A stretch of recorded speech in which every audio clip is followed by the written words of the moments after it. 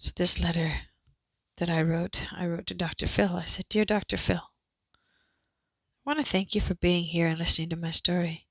I hope I can teach you a little and inspire you to get to know all your classmates, no matter what other people say or think. Each and every one of you have a special gift to offer, each other big or small, if you just open your eyes and give them all a chance. Get to know them, and you will be surprised what you will find. One of my first memories of school has always been of picking on me. I was shy and I never knew how to be popular because I was never given a chance to do so. I was always treated like an outcast, misfit. No matter what I wore or said or did, I wasn't liked. There's nothing, it seems, I could have done to change that. For the next 9 years, I was to be forced to endure mental abuse and ridicule, and the teachers didn't seem to help me at all. I felt so alone and afraid of loneliness that it was hard to concentrate on studies. And that is why I had such a hard time with tests and reading. I was too busy trying to get through a day of abuse. Most kids who are going through this day in and day out keep it all bottled up inside and don't tell their families until it is either too late or they grow up feeling less of a person, or you learn from your experiences and become a better person because of it and help others. In my experiences, I had a classmate who despised me with everything, but we were best friends in kindergarten and grade 1, and her name was Roxanne. She did everything to make my life miserable. She made sure no one gave me a chance and said cruel and nasty things to get me going. I would always act like it wasn't affecting me, but really I was breaking apart inside.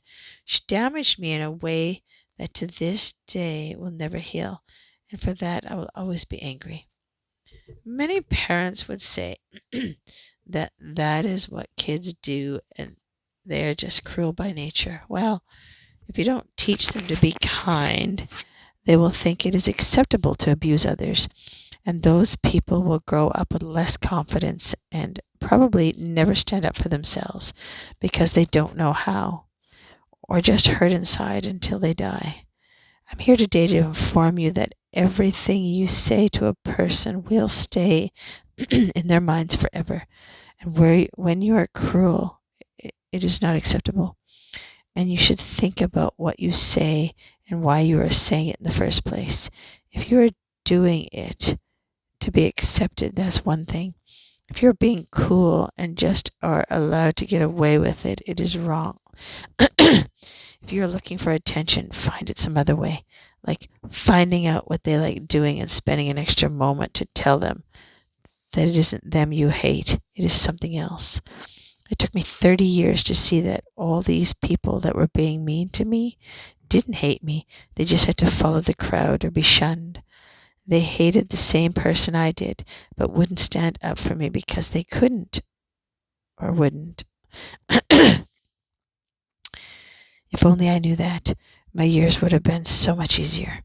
I thought all those years it was all me, what I did wrong.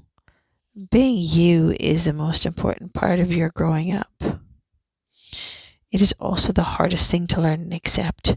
You don't have to always do what everyone else does. Being you is cool too. And there are other people who will accept that and respect you for that. If only I could have known that every school has a student or two that are going through what I did, and they are also longing for a good friend to be with, I would have jumped on the chance to meet them. I just never figured it out. There's always someone in another school who needs you as much as you need them, and you just have to ask someone to arrange a meeting. It is that easy. No one has to be alone. Yeah. When you're a child or teenager, you feel powerful and invincible, and nothing can happen to you. Your dreams are always big, and you trust everyone. This is all normal and good, but there is also so many things you need to be aware of, and that is not everyone is nice and trusting, and it is up to you to judge and listen to your inner spirit or instincts to feel danger when it is around you. If you feel like something is wrong, you act quickly and yell or run. You never go into a house or car, no matter what they say. They will always give you a fake story or offer you something. Never get in arm's reach and never go anywhere without an adult or a few friends. It only takes 1 second for your life to change forever. So stay smart and alert, and you will be safe. Oh my fucking God.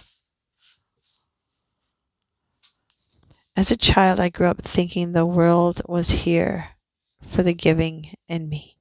I believed that I could have and be anything I desired in life. I had big goals and large dreams.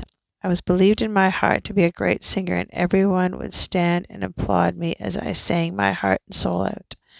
You believe everything as a child, and as you grow, you realize as a woman that life does get in the way, and everything is not always possible. You choose your future and destiny, and everything you decide will have a great impact on your future and what you will become and be as you age. As I approached junior high, I was scorned and made fun of for being talented and carefree and innocent. I used to be talked to like I was a nobody, and my hair pulled and my dignity was slowly dwindled down until there was not much to look forward to when I went to school. Every day was like going to prison, and my soul would long for just one friend, one person who liked me for who I was. I never found that. I was always told I was going to grow up alone. I was too ugly to have a husband. No one would even give me a second glance. I was told I'd be a nothing, and I was stupid, and I'd have no friends. Day in and day out I was laughed at, and my heart ached for someone to stand up for me, not realizing it was me who had to stand up for myself. For 3 years in junior high, I was abused mentally, with no way out, and I would sit in the back corner of the cold stage to eat lunch all alone, day after day, week after week. God. Watching everyone else having a good time and pretending I was having a good time with them. As I ate my lunch, I would ask anyone who was listening to give me just one friend, someone to just eat with me so I wouldn't be all alone all the time, but no one ever came. I always was strong because I had no choice but to be a survivor, because that is what I chose. I'd find strength in little things like good-looking gym teacher, or if someone acted like they even liked me, even if they were only joking or it was nice for just a short time. I would sometimes cry my eyes out sitting at my desk for help, or behind doors, the school class doors before class started. But no one would care or listen. All I would hear was laughter at my expense. I could never understand why people could be so cruel, and why they didn't like me even a little bit.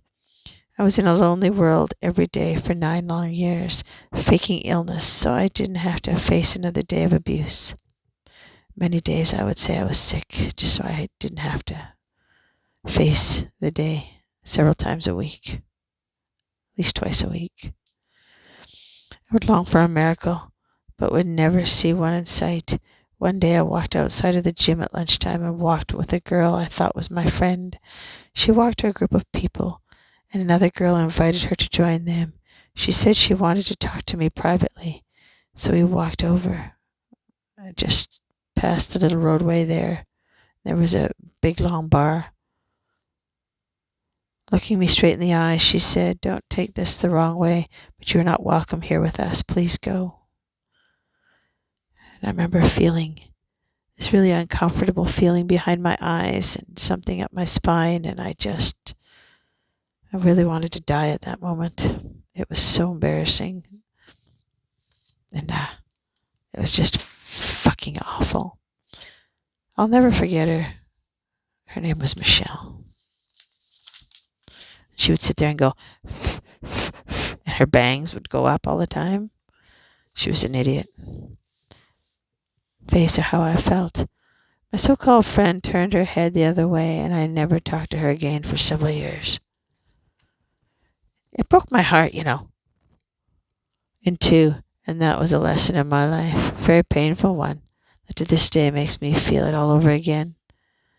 Our hearts are put on this earth for loving and giving if you choose to use it, and I know that.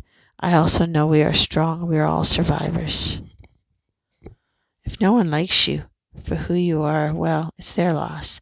And if they don't respect you, well, you won't let it get you down because you know to love yourself is what's most important. No one can take that away from you. You're always in control of your life if you choose to, and you choose it. You may never be popular, but you know you are popular to whoever chooses to come into your life and gives you a chance. You will be waiting there for those special people.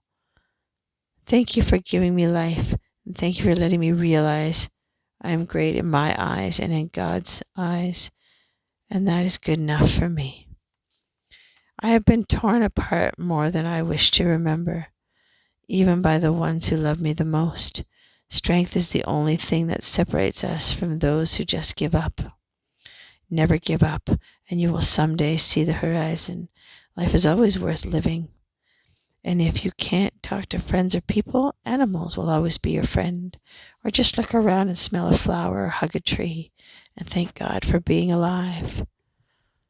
Take care and remember each and every one of you have a purpose in life, and we're all born with a good heart. It is how you choose to use it that will, in the long run, make you more friends and a better person. Inside and out, take care of each other. Trust me. You will look back knowing you made a difference in someone's life. Even though we may all look different, we all follow the same value path and eventually do the same routines like dating, marriage, career, children, and growing old if you're lucky. So treasure everything around you, and you will have a spirit that is amazing, and you will feel so valued in your life, and everyone around you will feel your power and follow what they see. From a teacher of the heart to Dr. Phil, education is the key. And if you can have a program focusing on these issues for our younger generation, it will be a great gift for all our children. As for me, well, I am still getting over my issues from my childhood, but I know one thing for sure, and that is I am lovable, and to whoever chooses to see it, a good person inside and out, and that is what counts. Thanks for listening to my story. Now, I don't know why I wrote that to Dr. Phil, but it was important at the time. And I wrote this letter many years ago. So I'm just putting it out on YouTube so it can be there forever. Take care. God bless. And you're the only you. And no matter what people think of you, you wouldn't be here if you weren't special. And you wouldn't be here if you didn't have a purpose in this world. So we must never give up, no matter what. And in my first video, I was talking about my rape. I did find out years later that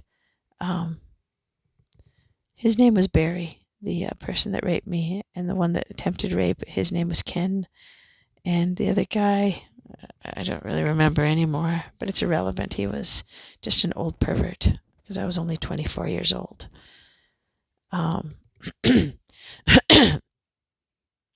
Anyways, so, and some civilian cook. La-di-da. Anyways, when Barry came into my room, he acted very kind, so it was actually quite genius how he did this whole thing. And what I didn't remember, what I had blocked out, this psychic, her name is Tracy O'Flaherty, and she has the universe speaking through her.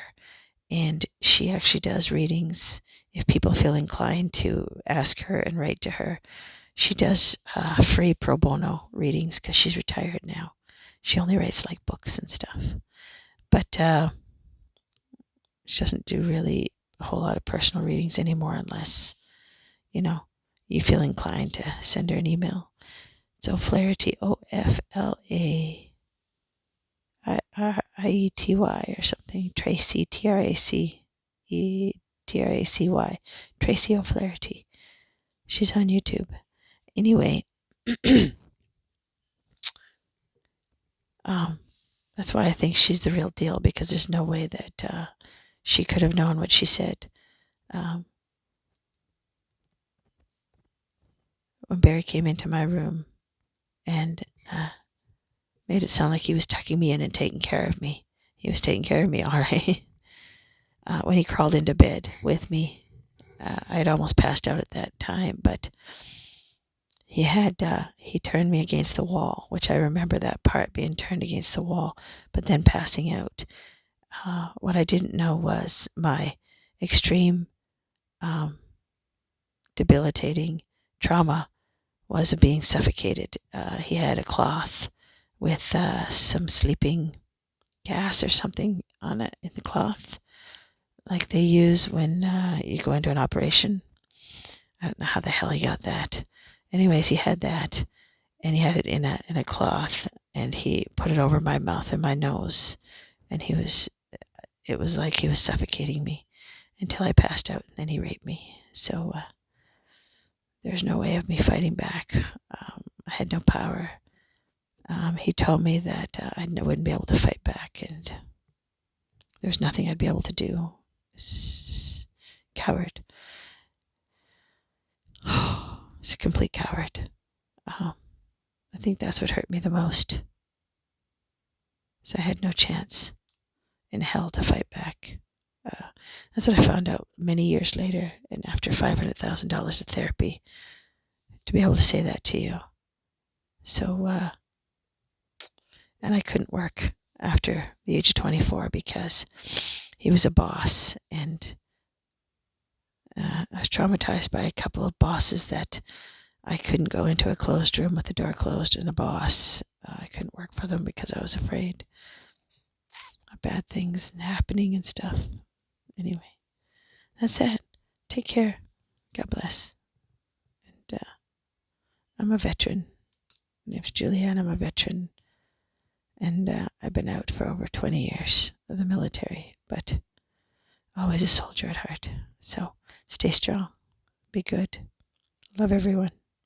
And life's short, so everything you do impacts others. And everything you don't do also impacts others. Love, love, love. That's the key.